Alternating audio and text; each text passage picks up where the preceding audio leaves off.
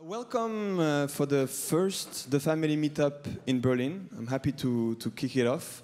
My name is Hugo. I'm going to be spearheading the family's operation in Berlin.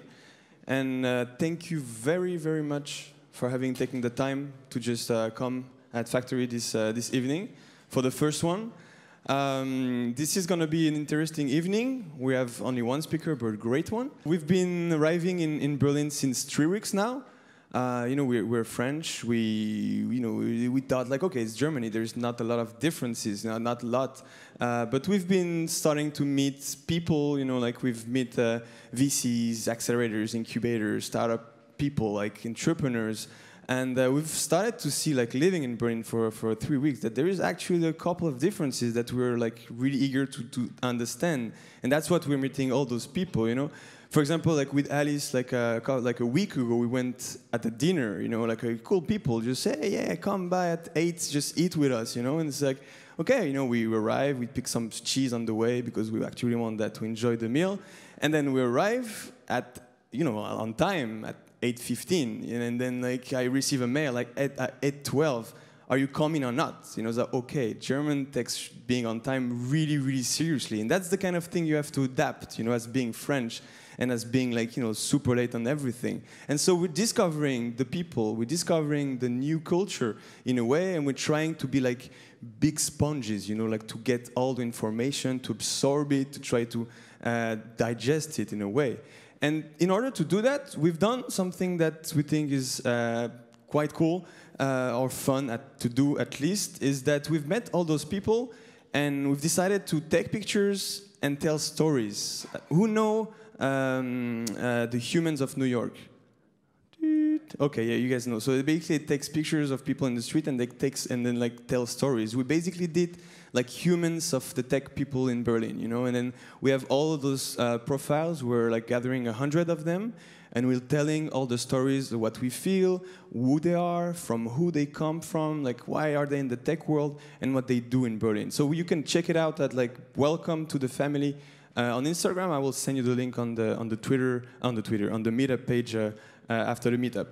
So what are we gonna do here? We're gonna tell you a bit more about the family after, like with OUSSAMA. But we're gonna basically do 2 things. First, we're gonna do a lot of events. This event, we're gonna do more of this. We're gonna focus the events on basically like hands-on tips for founders and startup people to actually do things better. So we have done that in France, in Paris for a long time now, for 3 years. We've started as an educational platform, actually, and we're gonna gather the good people from France on product, on growth, on fundraising, the good people about that in Germany, and some people from the US that we're actually gonna fly from there to the 3 locations that were present in Europe: Paris, London, and Berlin. And we hope that those people are going to get like the best feedbacks and the best talks actually on stage, and we're going to do that often. That's the first thing, the event. The second thing is the office hours. So office hour, one-on-one meeting for 1 hour with one of the partners of the family, and just to tackle the subject, like could be product, growth, fundraising, swag, identity, community. And this is how we're going to try to give to the community, give to the startups, and see how we can help the startups grow and take it from here. So that's going to be on thefamily.co/Berlin. You can book offices hour with the partners. You can see the next event, and then you can get to know us a little bit better every week. And what are we looking for here? 3 things, I would say, because we're actually looking for some things. First, we're looking for my German counterpart. So like a guy or girl that joined the family team to actually like help me on the operations here. Why German? It's because we think that we need like to have like the German flavor on the team. We don't want to be like just the Frenchies coming in and saying, oh, that no. We actually want to have this mixity on the team. And if you know someone, or if you would be that someone, we're glad to hear from you guys. So like my email is hugo@thefamily.co, but you will get that as well on the meetup thing. And second thing we're looking for is the best admin startup people in town. So best lawyers, best accountant, all those people that we can, contact, so we can like build some first for us as the family coming in a new town. Second, for the family's startup that might want to come to Berlin, so they can have like less friction to do so, and then maybe like to really something for the whole ecosystem to simplify a lot of things. And third thing, for sure, we want startups. We want to meet startups. We want to start to work with them. And again, thefamily.co/Berlin. I'm gonna let you give a warm welcome to OUSSAMA, the family's co-founder, and thank you very much again for coming.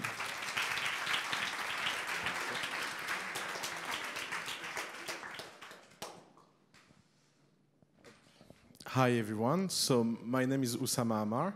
I'm one of the 3 co-founders of the family. Actually, Alice is a co-founder too, she's here. So very happy to be in Berlin. Very happy to be with you. Just tell me when it's ready. So just to give you a little bit about myself, I have been an entrepreneur for 10 years. In 2010, I get fired from the company I created. A very sad moment in my life. And so I tried to put a lot of distance between the people that fired me and myself. So I look on the map, the most far place I can find, and I find Silicon Valley. So I flew to Silicon Valley in 2010. Because my name is OUSSAMA, getting a visa to US was quite hard for obvious reason. And so the only thing I got was an investor visa. And that's how my problem in life started, is that as an entrepreneur, I always felt that investors are just a bunch of suckers. Like, that was my very basic feeling. And then, for administrative reason, I had to become an investor myself. That's have been a really hard time. So every time people in the valley asking me what I'm doing, I was like, yeah, I don't know. I'm an angel investor. And actually, in the valley, saying to anyone that you are an angel investor is like putting a little piece of meat in the middle of sharks. Like, the eyes change, and they get in pitch mode. And so my life was totally out of any normal relationship, because every people I meet, everyone, was always about pitching me. And actually, after a certain amount of time, I started to enjoy that, because I realized that being a bad investor was not something you are destined to. It's just that most investors are bad because they never have been an entrepreneur themselves, so they don't emotionally connect with the founders. And what you learn in Silicon Valley, and the thing that really amazed me, is that most investors there are incredible because they have been entrepreneurs before being an investor. So this kind of know-how and experience and knowledge change everything, because it changes the way people behave, it changes the level of institution, and it creates an ecosystem that is quite good. And in 2013, I came back in France. I was supposed to do a real visa, and I met Alice, and my life changed because we created the family. And for this first conference, I want to talk a little bit about the family and why we come in Berlin. So what is a family? The family is an investment firm. We have a ton of startups in our portfolio. We take in 3 years in France 510 startups. Only 289 are still alive, and we have 101 startups that we really love. So we are a family, we are supposed to love everyone, but the truth is that when you have that amount of children, you have to make some choice in the way you give food. Everybody cannot survive. So 101 stars, just to give you a certain kind of numbers, we created an incredible group of investors. We call them the Godfathers, because they make you offer you cannot refuse. We have, like, our company on the last year raised collectively 200 million euro. That's a quarter of the French market by ourselves. So we are quite big in terms of impact. And we have 25 SPV. So what is SPV? It means that we personally invest our money as a partnership and as a company in only 25 companies. So that's what is very unique in the family model, is that we don't provide value through the money. We are an investment firm that try to provide value through the education we provide, through the services we provide. And because it looks fake, and a lot of people that say that actually are just the people that don't really provide things and try to get equity, we did something quite unique in our management and relationship with startup. We told them that we will be the only investor with a vesting. So if you are unhappy of our service, education, and everything we provide, you can fire us. And there is a vesting working the same way that it works for entrepreneurs. Why entrepreneurs should have vesting? Because they don't pay their share. If as an investor we take advisory shares that we don't pay in the same condition than you as an entrepreneur, we should be set to the same kind of rules than the entrepreneurs. And only a very, very small fraction of entrepreneurs apply this vesting. So like someone told me this morning, maybe it means that we deliver somewhere. And that's what we want to keep on going on. So for us, the capital is less and less important. I think that's really the lesson around the family, is that our lesson is that in a world where you can find money everywhere, providing money to entrepreneurs doesn't make the difference. What makes the difference is which kind of infrastructure you can build, which kind of services you can build, which kind of unique things you can build in your process that makes your company having a very unfair treatment compared to the one outside that don't have the chance to be inside the family. So, we have a deep belief, and it's a belief that is not really well understood, and I want to deep dive in this belief to make you understand the family. Is that we think that Europe is toxic for startups. So when we say that, we shock a lot of people. Because people say, the first reaction is to say, that's not true. There is a lot of successful startups. We didn't say that toxicity means that no startups survive. Even in the most toxic environment on Earth, life still thrives. Like if you go in a volcano, there is still bacteria that survive. But there is only a few of them.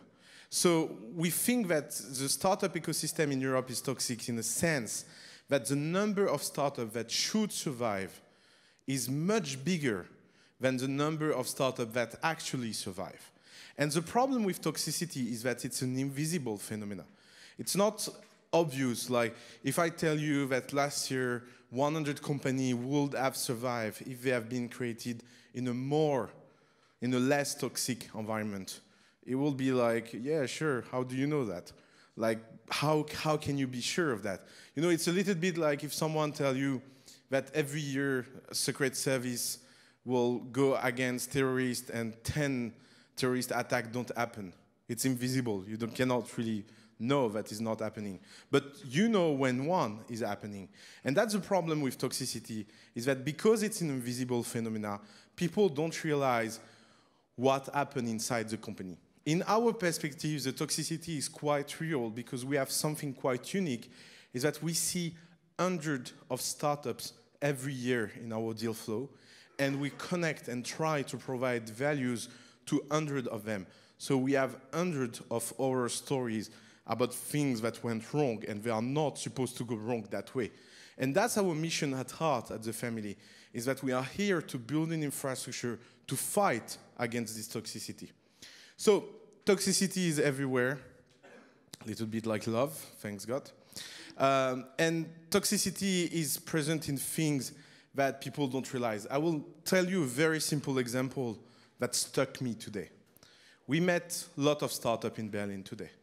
And something that made me really think about the fact that we have value here is that average angel investor in Berlin is as toxic than average investor in London or Paris. Yeah, it's not different.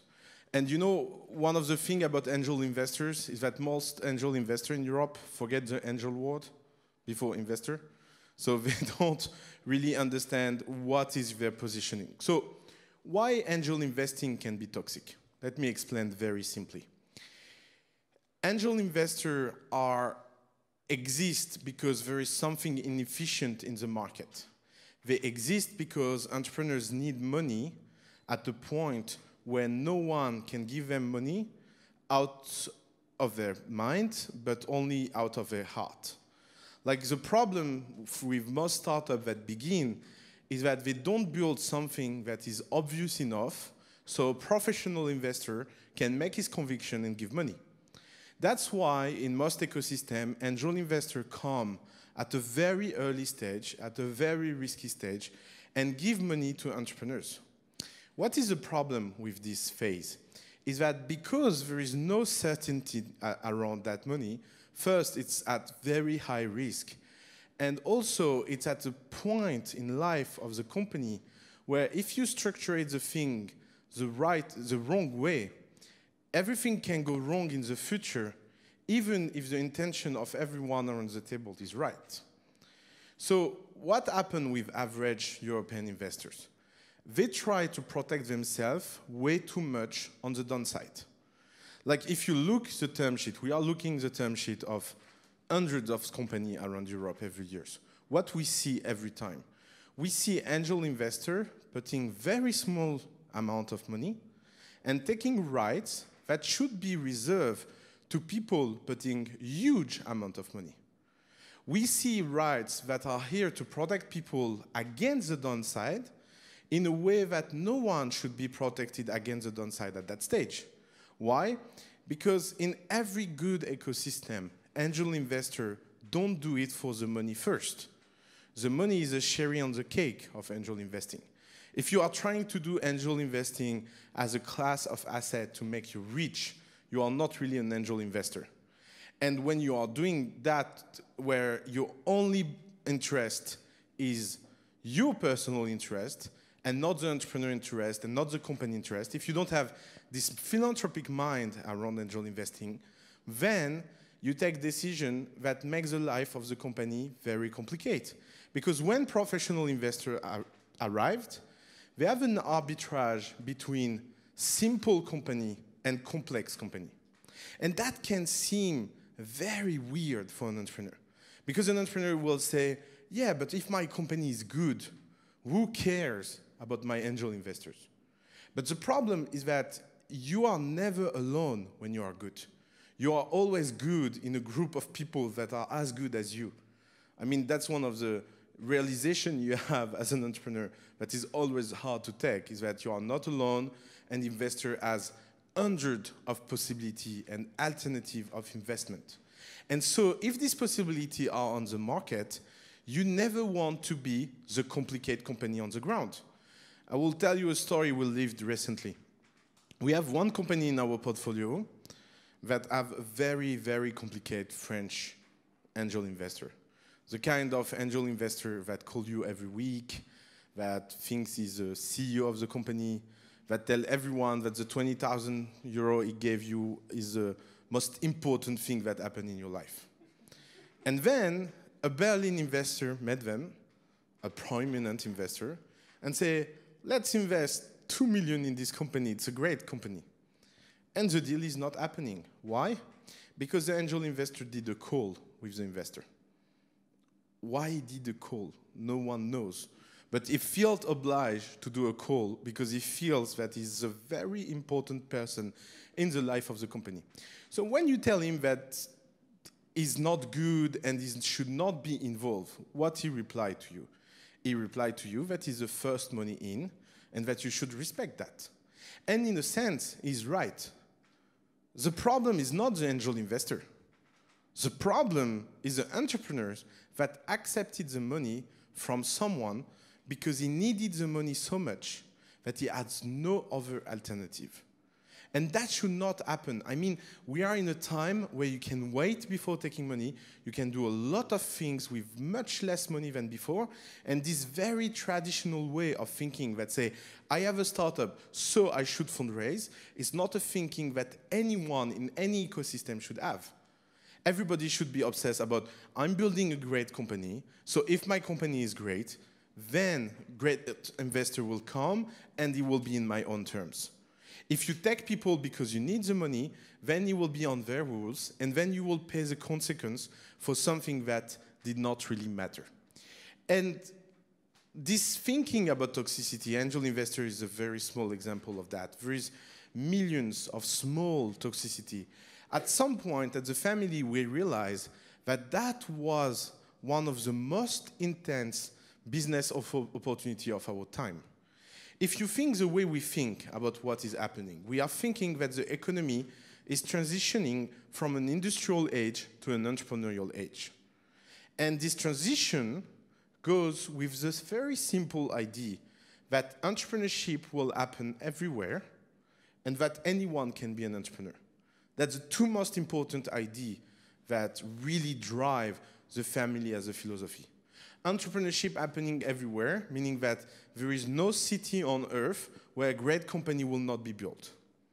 There is no ecosystem, even the smallest one, where entrepreneurs will happen and entrepreneurs will change the way some function of the economy traditionally happen. And anyone can be an entrepreneur. That's the one that most people don't get, because when we say anyone can be an entrepreneur, everyone understands everyone can be an entrepreneur. But it's not to say that if anyone can be an entrepreneur, everyone will be an entrepreneur. It just means that the next entrepreneur will be always someone you don't expect, and you will always come from a place that can be surprising. There is not a right profile to be an entrepreneur. There is as many profiles of entrepreneurs that there is entrepreneurs. But anyone can be an entrepreneur means that you have to try with a very diverse group of people. You have to be welcoming to a very large group of people that don't look like the traditional entrepreneurs we are used to. You need to be open to new kind of entrepreneurship. And that's our mission, building the infrastructure that makes entrepreneurship happening in London, Paris, and Berlin, and make this infrastructure so efficient that anyone gets a chance at trying entrepreneurship. And I want to give you a very concrete example of what we are doing in terms of infrastructure, because I think it's one of the mysteries of the family, because it's first quite unique, and also because we don't really understand it ourselves. So trying to explain it to people is one way to be like, oh yeah, that's true, actually we are doing that. So let's take an example. Service providers are expensive. If you are a startup and you start, because you're a startup, so you start. that's a bad joke. If you are a startup, getting incredible service provider at beginning is tough. Why? The first reason is because you don't get any money to pay them. So that can be an obstacle. But even if you are lucky enough to get the money to pay them, most service providers will not really understand your needs as a startup, because they will want to treat you in the best case as a non-profit case. So, you know, we meet some lawyers that say, oh, we love to do startups and pro bonos.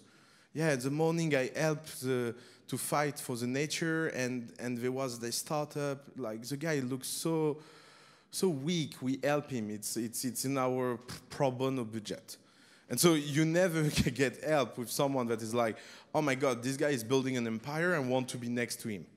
That's the kind of feeling you want from your service provider. You want someone that feels aligned with you.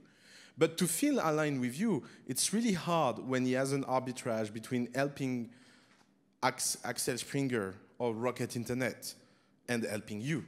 Like, let's say you are a lawyer for Rocket Internet. You don't really care about startup. Maybe you will do some startup because you want to show to Rocket Internet that you have deal flow for them. But otherwise, it will not really make sense. You will never make the kind of money with startup that you are making with your regular clients. In that sense, the Silicon Valley is unique. Because in Silicon Valley, every service provider is specialized in startups. Why? Because when you're an accountant in Palo Alto, who do you want to help if it's not startup? There is nothing else. So you are specialized in startup, understanding startup from 30 years, and as a service provider, you're incredible.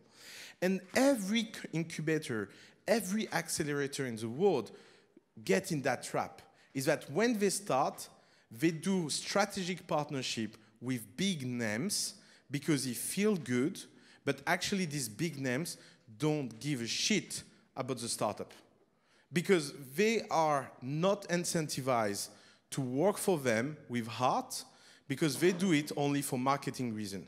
So when EY or KPMG or big law firms go and sponsor Accelerator and say, we will do office hours, we will receive you, help you, blah, blah, blah. Who are the people inside this company that do that? It's the interns that don't have any idea of what he's doing and that we put here because he was cool and he looks young and he looks like the people they should work with.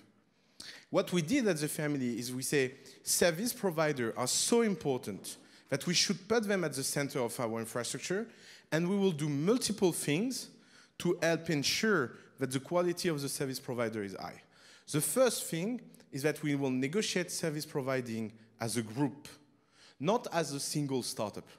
When we talk with Amazon Web Service, when we talk to Google, when we talk to lawyer, we talk as a group of hundreds of startups, and soon as a group of thousands of startups. So then you represent something that economically makes sense. Because even if not all of them will be a success, at least if we are lucky enough, because that's our biggest point in strategy, be lucky.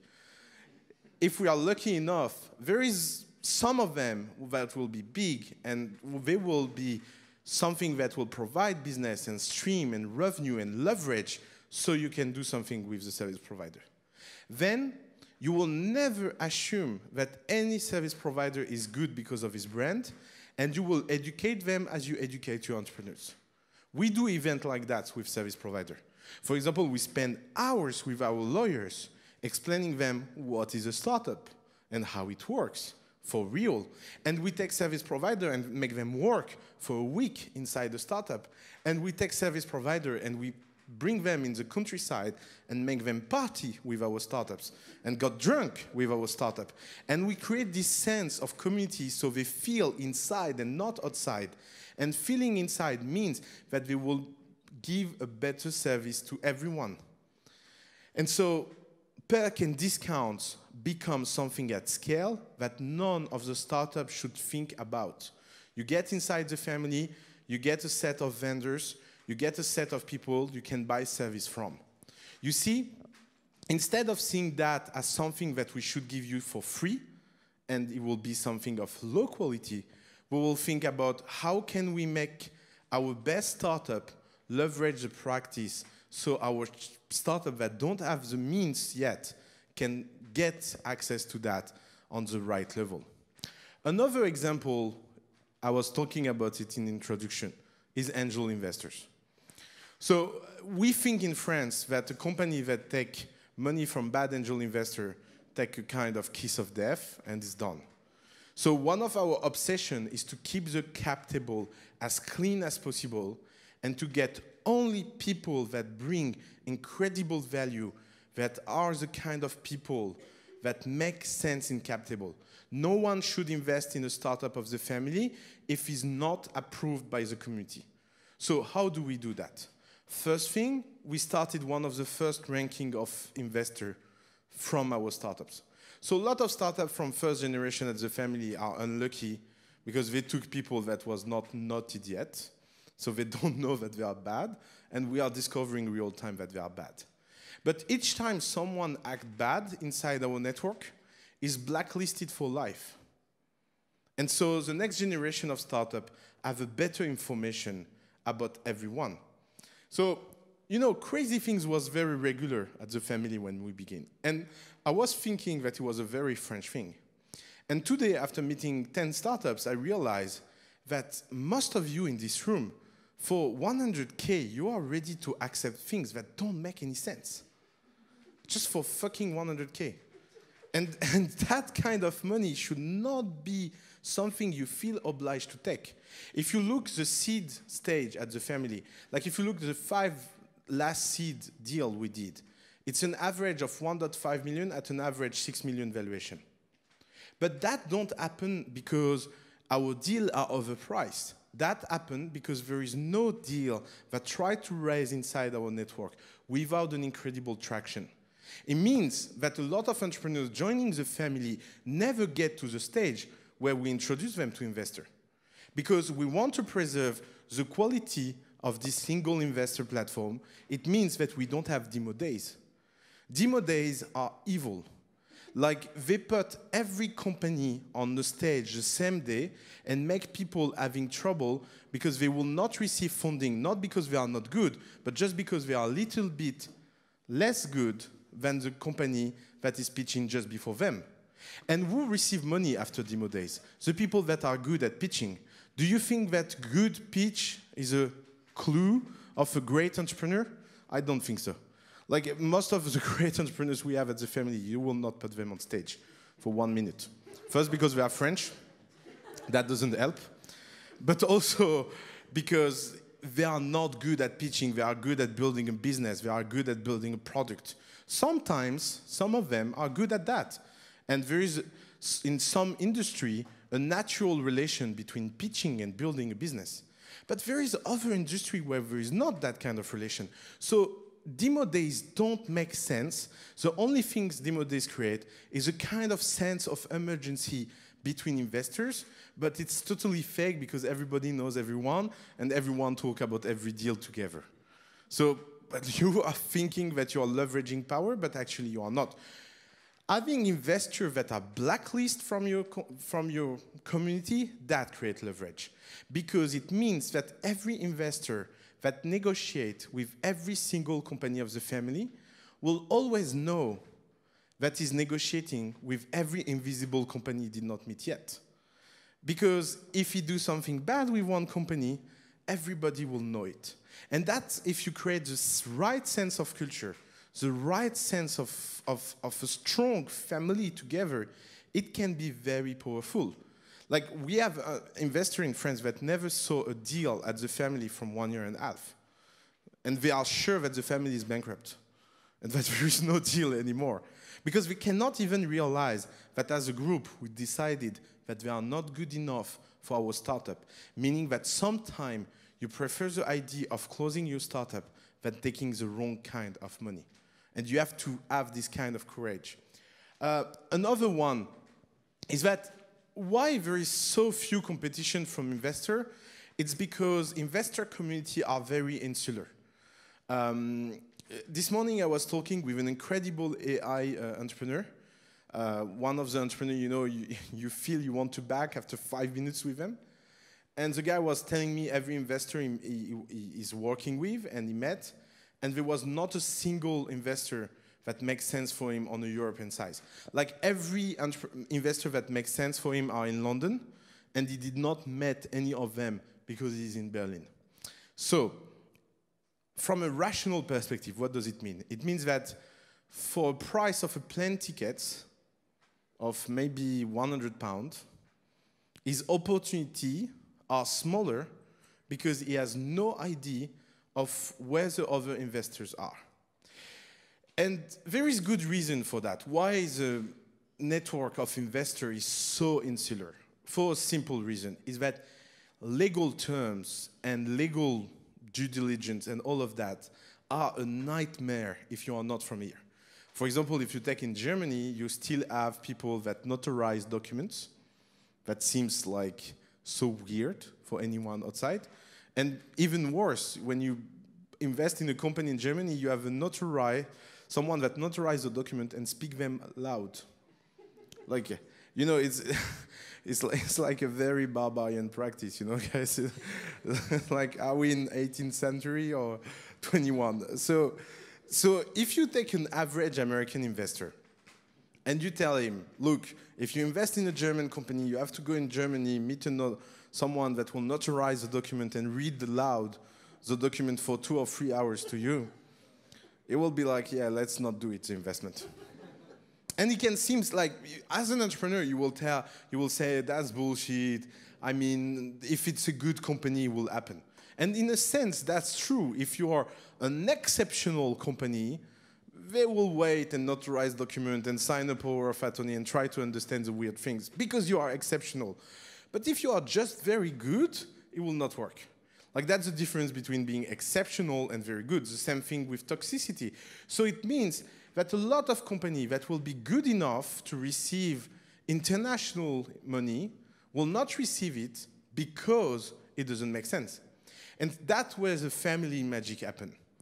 We standardize all the legal documentation between US, UK, and France, and soon Germany. Meaning that for a lot of our company in France that raise, even if they are in France, they have an holding in Delaware, and the investor has the feeling that he invested in Delaware company. I will tell you a funny story that happened recently. Sequoia did a deal at the family in the French company. So Sequoia is one of the top VC firms. And one of my friends told Sequoia partner, "It's so cool you are doing deals in France." And the guy was like, "Deal in France? Never." Say, no, really, like you invest in a company, my friend OUSSAMA told me. It's like, "OUSSAMA, who is that?" Say, no, seriously, you did it. And the guy, after being confused for 1 hour and a half, he realized that the company invested in, that was a perfect standard Delaware C Corp that he's so used to, has all his operation in France. And it was a big discovery for him. And he was like telling his partner, "Do you know that?" Like, the guy was like, "Yeah, of course I know that. I know that they're in France. But I saw on the paper that it was a Delaware company." And the guy replied, "You know, even French people know how to open a Delaware company these days." And that's what we are good at. We are good at making every barrier disappear, making all this invisible and boring stuff happening seamless.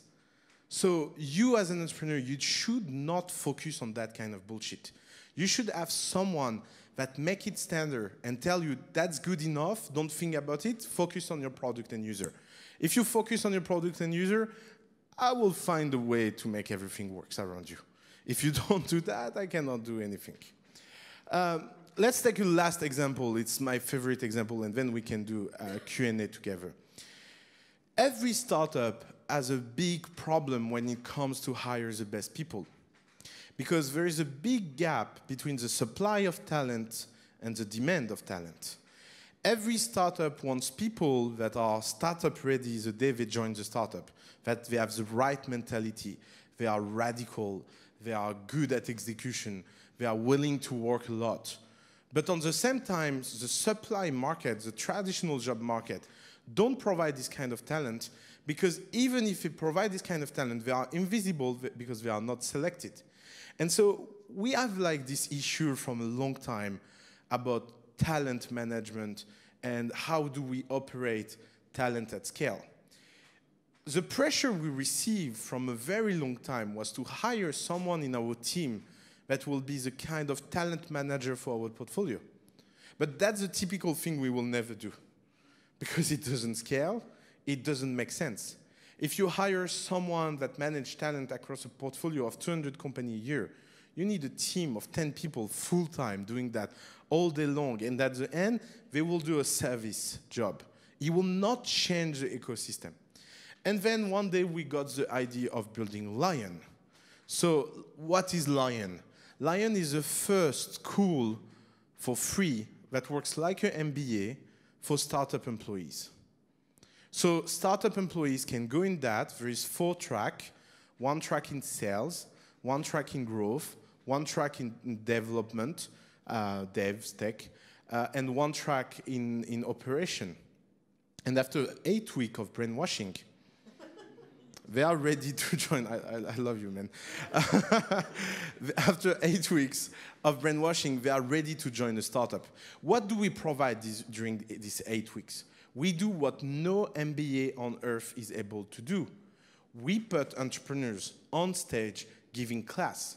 And why entrepreneurs come and give class for free? Because they want to hire.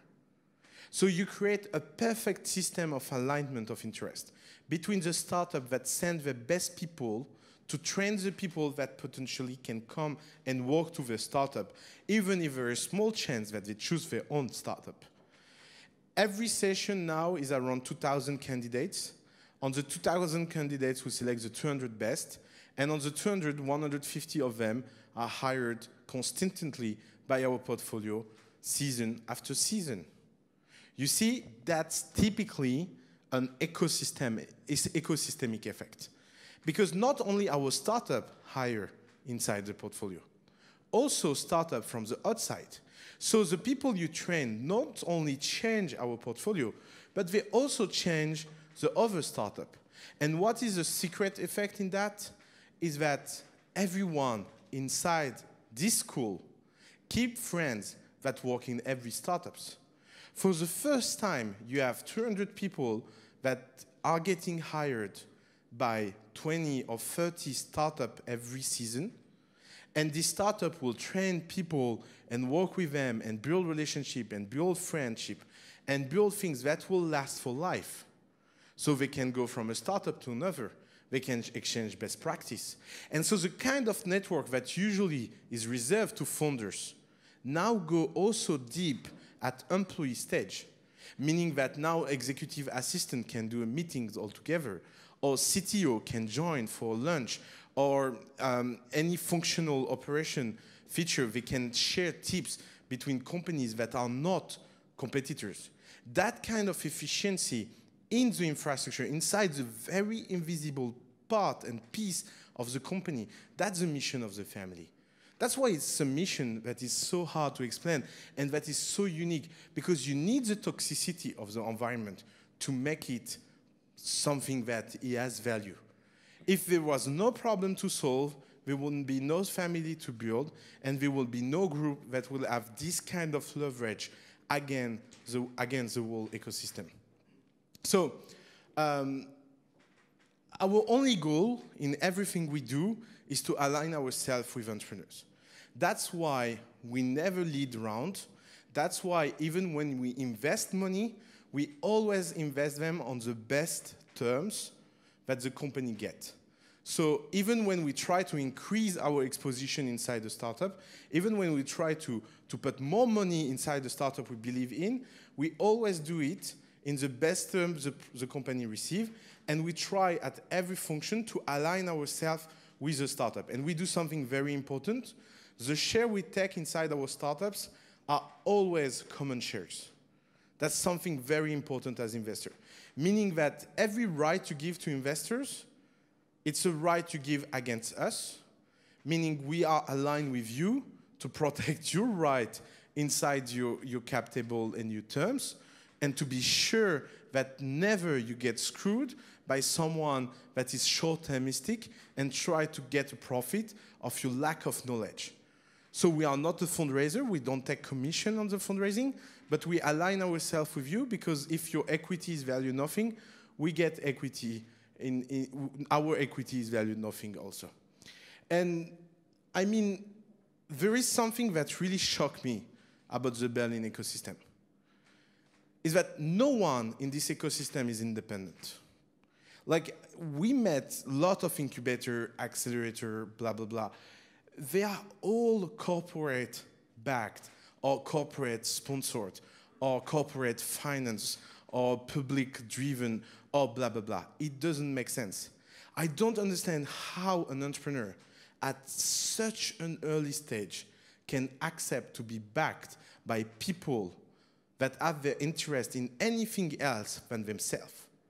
Like, the kind of thing you should be very sure about is that the first people that take equity from you, the first people that are aligned with you before investor, is people that are neutral and that are only aligned with your self-interest.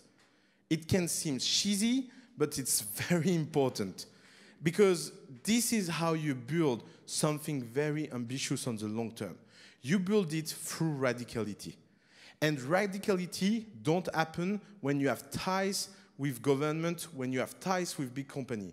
I can tell you two stories that are very simple example. We have a company in Paris called Hitch. So if you come in Paris, you can use Hitch. It's much better than Uber. The pitch is very easy. Hitch help drunk people to get out back safely. It's open from 8 p.m. to 8 a.m. And Hitch is a company that every 3 months, the taxi in France try to get, considered as illegal by the government and shut down. Last July, there was like a very big crisis between the government and Hitch. And when I say a big crisis, like the president was speaking about this company on TV, saying that they are doing something illegal and that they should be closed. That level of crisis. Every investor that received public money took Hitch out of a portfolio page instantly, saying, we didn't know. No, each is not with us. What did we do? We put each on our own page, because fuck government. And like, we have been the only one to go public saying that France was archaic at helping taxi in the fight against each. And why we can say that? Because we never took a dime from anyone. We are self-sustainable as an organization. We make money when our entrepreneurs make money. And because of that, we don't have the kind of troubles that regular organizations have. Another example is that Alice was running an organization before that supported a company that was building something that killed a bank, and the bank was a sponsor of the organization. What do you think it happens? The CEO of the banks called Alice and said, we are giving you XYZ in sponsoring money every year, and you are building a company that can kill us? It doesn't make sense. Shut down this company, please.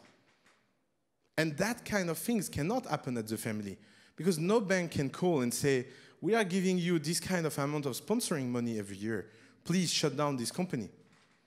And even if that will happen, we will not even take the call, because we are independent at heart and we are aligned with the entrepreneurs. And I think only few organizations in Europe have this level of radicality in their support of the entrepreneurs. And that level of radicality is a strict minimum of support that every entrepreneur deserves, because it's so hard to be an entrepreneur. If you want to do something that matters, at some point you will do something that troubles people. And if you don't have strong players on your side that have their interest aligned with you, it doesn't matter. You will be killed for self-interest and small interest of short term and not be helped on the big picture. So why are we in Berlin? Why did we come in Berlin? First, because we like to spend time in Berlin, so it's a very important point. Never do something if you don't like it. And also because if you look at Europe, right now, there is a silly competition between Paris, Berlin, and London. When you are in Paris and you talk with people, they tell you, yeah, Paris is the best ecosystem, we have the best company, we will be the next Silicon Valley. And when you are in Berlin, they tell you, we are the best ecosystem, we will be the next Silicon Valley. And when you are in London, they say to you, we are the best ecosystem, we are already the next Silicon Valley. English are a little bit better at marketing. The truth is that none of these three cities will ever be any valley of any kind. There is no way. I can tell you this little secret. The valley is unique, and the valley will never happen again. If you look historically, like this kind of phenomena, like Renaissance craftsmen, or Roman Empire, or Phoenician, like no one never replicates something that works somewhere else. Like it's a 5,000-year lesson. It will not be different this time.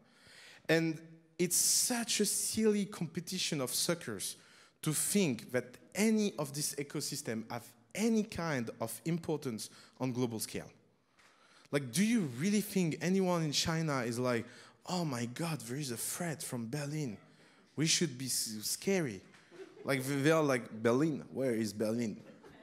Like, it's like nobody cares. Like, nobody cares about this fight. What makes sense, and what I think can be an incredible move, is that Paris, London, and Berlin act as a single platform. Like, you know, the previous generation failed on political side with the European Union. Now we have Frexit, all of that, like everybody is going his way, and like European Union seems to be a joke on the political side. What we can do as a generation is that we can build an entrepreneurial platform where interest is aligned around those three cities. Imagine that the platform of this free city is quite unique, and you have a single investor platform. Meaning, why you should take a second-rank investor because he's local? Yesterday, I met an investor in Berlin that said, yeah, I don't invest in a company in Paris because if a company in Paris did not receive money in Paris, it means that it's a bad company, and if they come to me, it means that there is no local money for it. I was like, wow. Like that way of thinking means that first you have a very low self-esteem, meaning that you cannot imagine that you can be a better investor for this company than any investor in France. So you should work on yourself first. And second, it doesn't make sense to tell someone that he should be taking second-rank investor because it's somewhere. If you say that in every city you have the top 10% investor and everybody else, why a company should not be able to receive funding from the top 10% in every single city and make it stronger? Why a company should not be able to hire the best talent wherever the talent is between these three cities? Like, people take more time to commute between Palo Alto and San Francisco than taking Eurostar from Paris to London or plane from London to Berlin. Like, it's 2 hours plane. It's not like we are talking about some promising land that no one never heard about. We can act as a single platform, and we want to build the software, the infrastructure, the service provider that makes sense on that kind of scale. That's why we don't have a family in Berlin, family in Paris, and family in London. We have a single family, and we are all happy. So, we are European at heart, and I think that can be the first step at building something very ambitious. There is always this mantra in Europe that because we are in Europe, we can build things that are less ambitious than in the US. So let me tell you my view about that. Is that because we are in Europe, we cannot build anything less ambitious because we even need to be more ambitious than anyone because it costs a lot to not be. We cannot take less risk than anywhere else because we have no other chance to do than taking the maximum amount of risk. Because if we want to do things that matters from this provincial world of Europe, we have no other choice than making it big, making it right. That's our duty as entrepreneurs. And that comes from merging the effort between these three ecosystems. So that's what we are trying to build, a three-way bridge. You know, ménage à trois, it's a very French expression. That's coming from here. I see her smile, she prefers the slide. So, before the drink and the cat. Question. So, maybe we can interact together. I'm sure you have questions, and maybe we can, you know, try to make it more interactive. I don't know if in Berlin people ask questions or it's like in France. In France, we have to bribe people before the events. So we give them money and a question to ask. And so, like, we gave the feeling that question, thank you, you are my savior. Hi, thank you for that. I want to ask you, is the Lion school also for entrepreneurs or only for people that want to work in a startup? Lion is only for people that wants to work in startup. We don't give class for entrepreneurs inside Lions. For that, we have the family. We are giving class to entrepreneurs for free on our YouTube channel from 3 years. So what, like, to tell you about Lion, it came from this very simple feedback we got from a lot of entrepreneurs telling us that they have the feeling to be crazy because everything they say to their employees is counterintuitive, and that there was a gap more and more wide between what the entrepreneur think and what the employee do. And that's why we built Lion. It was to reduce that gap and get the employee on the same cultural stream and the same set of value, even if he doesn't feel as an entrepreneur. I think like this vision that everybody will become an entrepreneur is a very wrong vision. It doesn't make sense. If everybody become entrepreneur, our life will be miserable. We will be like really, entrepreneurs are good people and bad people in the same time. Every entrepreneur has a little, you know, a little problem in his mind. So if everyone become entrepreneurs, it doesn't make sense. So that's why having a unified culture that if you feel as a proud employee or as a proud entrepreneur is a perfect choice of life.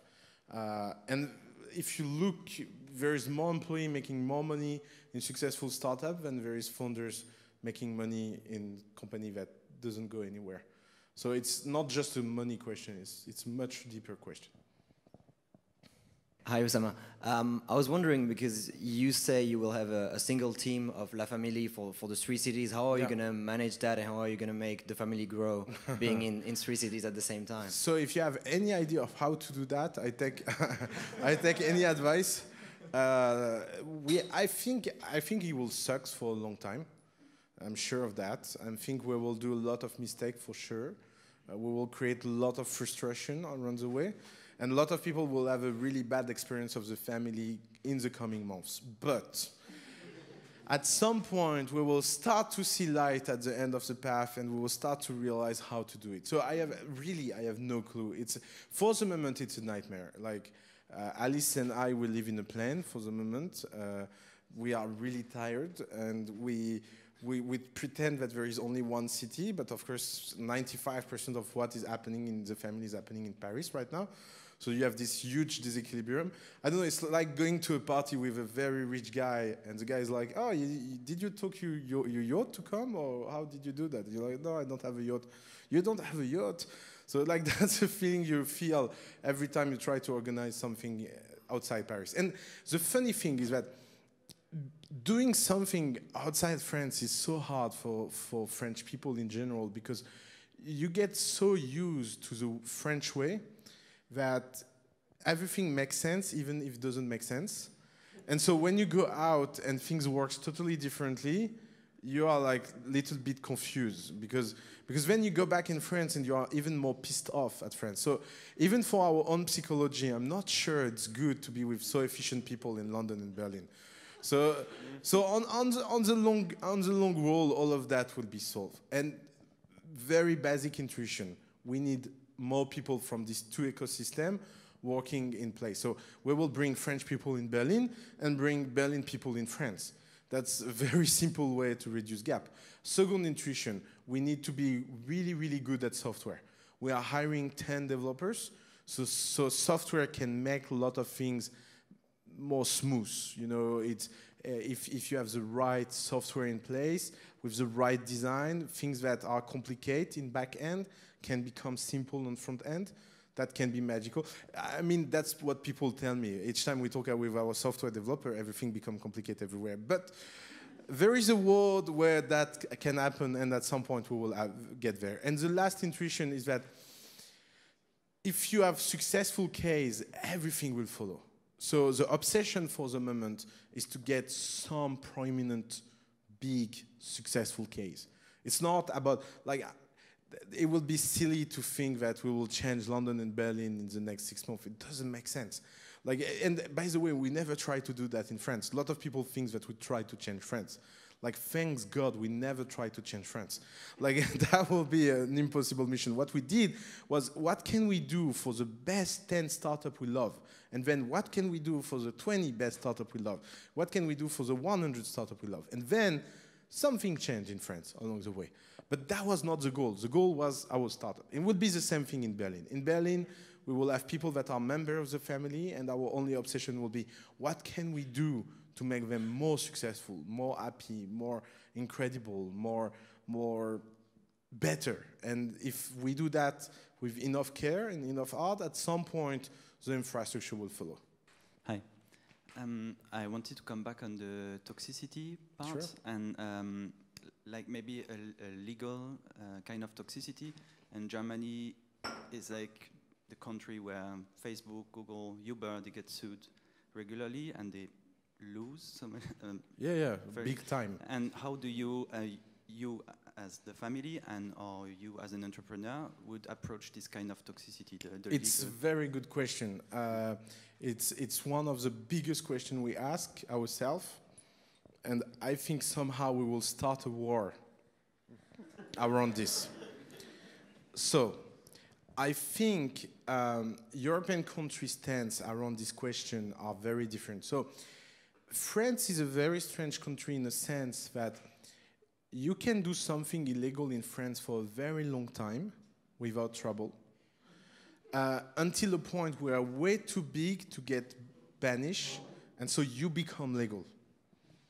So that strategy makes sense in France. You just need to have courage enough. So you just need to have courage enough to survive that. Germany, if you look at the case of Uber, Google, Airbnb, all of these companies, the law is the order and the order is the law. So at some point, if they say something is illegal right away. But there is something that this company are missing, this US company, is that in Germany, maybe you can build things from the ground that are smart around the regulation and still deliver the same kind of services. Like, I mean, like the level of lobbying of all these companies in Germany is so low because they are not local. They manage that from the US with a very distant perspective. They don't really respect the fact that it's happening differently. But I think there is a case of starting a war inside Germany around these kind of things to make this kind of service successful, respecting the German constraint. And that's the intuition somewhere about what we call at the family regulatory hacking. We think that there is a huge branch of value to create around regulatory hacking. I can give you this example that we'll love. Convertible notes don't exist in France. They don't. It's illegal. You cannot do a convertible note in France. It's jail if you do one. That level of illegal. There is a group that was lobbying from years to get the convertible note legal. And so why convertible note is illegal? Convertible note is a debt instrument that you say to someone, I lend you some money, and one day when you have an external valuation set by an investor, I convert this money into shares. But the first step is that I should give you debt. The funny thing around that is that the important part is the future valuation setting price. It's not the debt. But why everybody is obsessed about debt? Because in US, convertible note is a debt instrument. So what everybody in this French lobby they did was to try to convince banks to knife a little bit their regulatory monopoly around debt. Because in France, the only players that are allowed to give and provide debt is banks. So let's put yourself in the shoes of a bank. Someone come and say, look, I have this great idea, it's a great instrument for startup. You just need a little bit tweak around the regulation. And you're a bank, so what you are? Paranoid. You say, yeah, it starts like that, and then what happened? It will be a nightmare. Everybody will have right to give debt, and there will be end of time, and I will not have my bonus. There is a concrete relationship in banks between end of time and no bonus. So what we did at the family is that we sit and we say, oh, that's funny, it's stupid. Why everyone is doing debt? Let's use a very old instrument that is used with ships in the 19th century.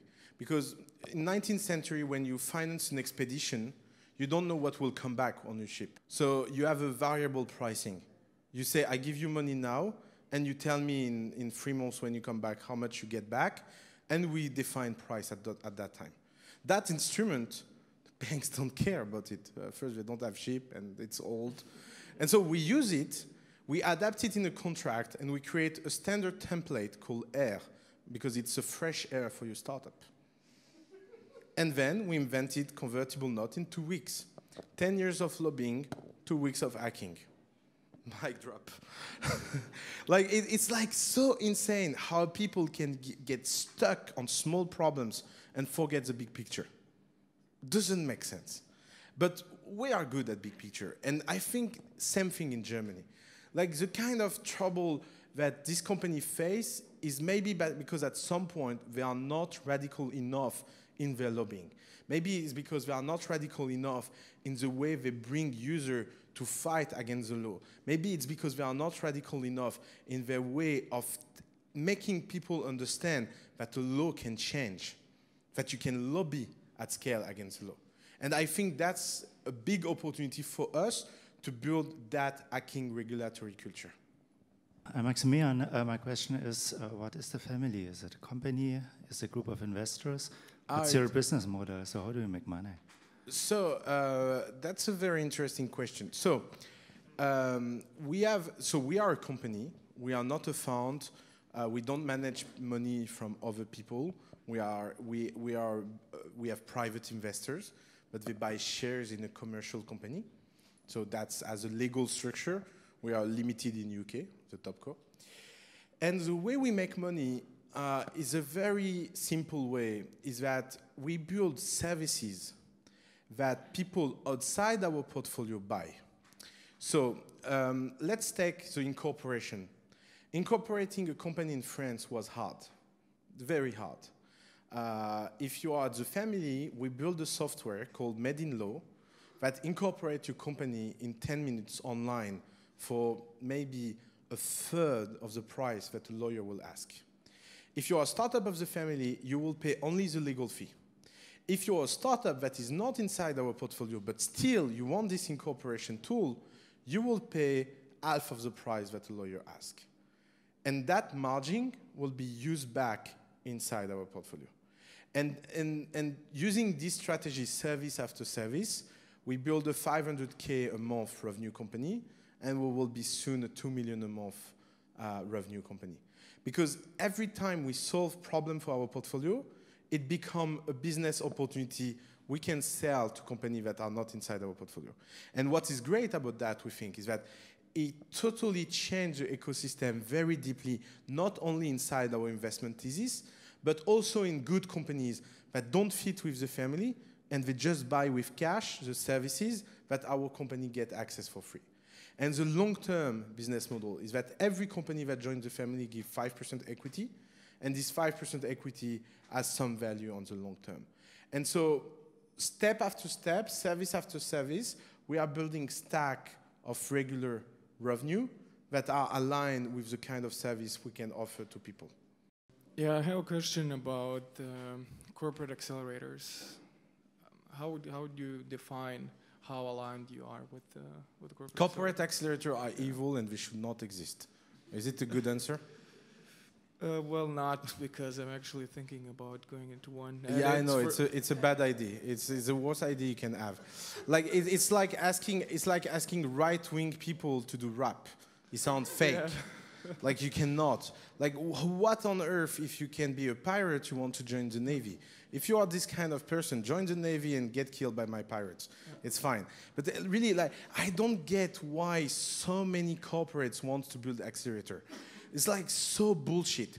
It doesn't make sense in their balance sheet because it's always small. Like no startup can have impact on the balance sheet of big companies. And there is these very silly things, idea from startup that big companies are bad at their job. Like that's something I hear all the time from startup world. Like, yeah, this big company don't understand. Like, yeah, they don't understand, but they do billions. Maybe there is something you don't understand. But the point is that you should not put yourself in bed with someone that is so much bigger than you. Like the alignment of interest is impossible. Because even if you are great, then they are in your cap table and they make your life crazy for a reason you don't understand. Like there is a company where I was involved as a board member. They have Telefonica as an accelerator. Like they got an offer from a competitor. So Telefonica has 6%, never gave money to them, just support and mentoring. They received an offer from a competitor of Telefonica. Telefonica did everything they can on earth to make the deal not happening. Why? Because they don't care about the 6%. Like the theory will be, oh yeah, but they make money like me, so we are aligned. No, because the amount of money they will make with the sale, even with a 100 million sale, what is 6 million for Telefonica? So it's like the CEO breakfast. It's like they will be like, what, you are telling me a competitor is buying this company? Why? Why I'm not aware of that? And then it becomes a political problem. And this political problem, you as a startup has to manage it, and you become a free employee of Telefonica. Like that's a great position to be in. An employee without salary and without benefits. So and on the other side, I don't understand why entrepreneurs are so willing to go in this place to feel better. Because that's the point. Like, I know that because I have been an entrepreneur myself. Why entrepreneurs love co-working space? Good example. Co-working space is the worst place where you can work from. Because you are with people that make noise, you don't have focus. Like, if someone is bad, you become bad. Like surround yourself with average people, you become average. So why do you go to co-working space? Because you want to have something to tell your family about. Like, no, I'm not insane. I'm an entrepreneur, and I go in this place to work, and it's very serious, Mom. You know, I had that discussion with my mom. Like, when you start, you feel so weird, and it's so weird to tell yourself, you are nothing, and you say, I will build something great. And everybody is around is like, yeah, sure, yeah. And where do you work from? From your couch in the living room? Oh, cool. And you are in pyjama for 3 days? Yeah, sure. An empire, I see it. And the problem is that because of that, because that feeling that you need to tell people that you are sane, it looks great to have corporate validation. Because you can tell people, very serious people, I can tell you they were sweet. So they said that my startup is great. And you know how I know that my startup is great? Because to apply, I had to do a folders where I fill box, and I have to explain myself quite clearly against a lot of people that do the same, and they pick me. It feels so good. Actually, I'm great. And then, what? It's like every startup competition. Why any entrepreneur will go in a startup competition in his life? Do you think Google ever went to a startup competition? Do you think Uber was on stage pitching, like, yeah, I want to build a limousine? No, he was fucking working on his phone and trying to get clients, not doing the clown at an event. Because why? He was not trying to get a justification that is good for his family. So think about why you want to go in this corporate accelerator, and think deeply about that. And you will see that most of them don't provide value on the end, because they cannot be radical. And I think this radicality really matters at scale, because it's your only chance to build something that matters. Be radical. There is nothing you can learn from ourselves than that. Yeah. What do you think about French people coming to Berlin to fund their own startup? If they like Berlin, why not? I mean, it's a good place to do it. It's cheaper than in Paris in a lot of ways. It's an incredible environment. What I love is that it's much more diverse than France. Not being French, I can tell you, France can be hard sometimes. You know, like you are only surrounded by French people all day long. so like this international mixity that you feel in Berlin is great. I mean, at the end of the day, the best location for your startup is a place where you feel the best. Like, business-wise location is bullshit. Because if you say, oh, the best place to build my startup is San Francisco, and you hate Americans, you will never build a great company. You know, you will be like, yeah, it's the best, I have to be here, but why they have such a lack of culture, and why they are so gross, and you know, and it doesn't work. So the first step in your life is put yourself somewhere you are good, and where even if your startup is a failure, you are happy to be here, because certainly your startup will be a failure, at least the first one, and it's a long-term thing. So maybe the second one or the third one will be the good one, but to that you need to feel well in the ecosystem. So French people in Berlin, until they are unallowed, should come if they feel they should come. Like, after the family, we didn't understand what happened. The Germany politics changed. No, so yeah, focus on how you feel good, and then everything else follow. Thank you very much.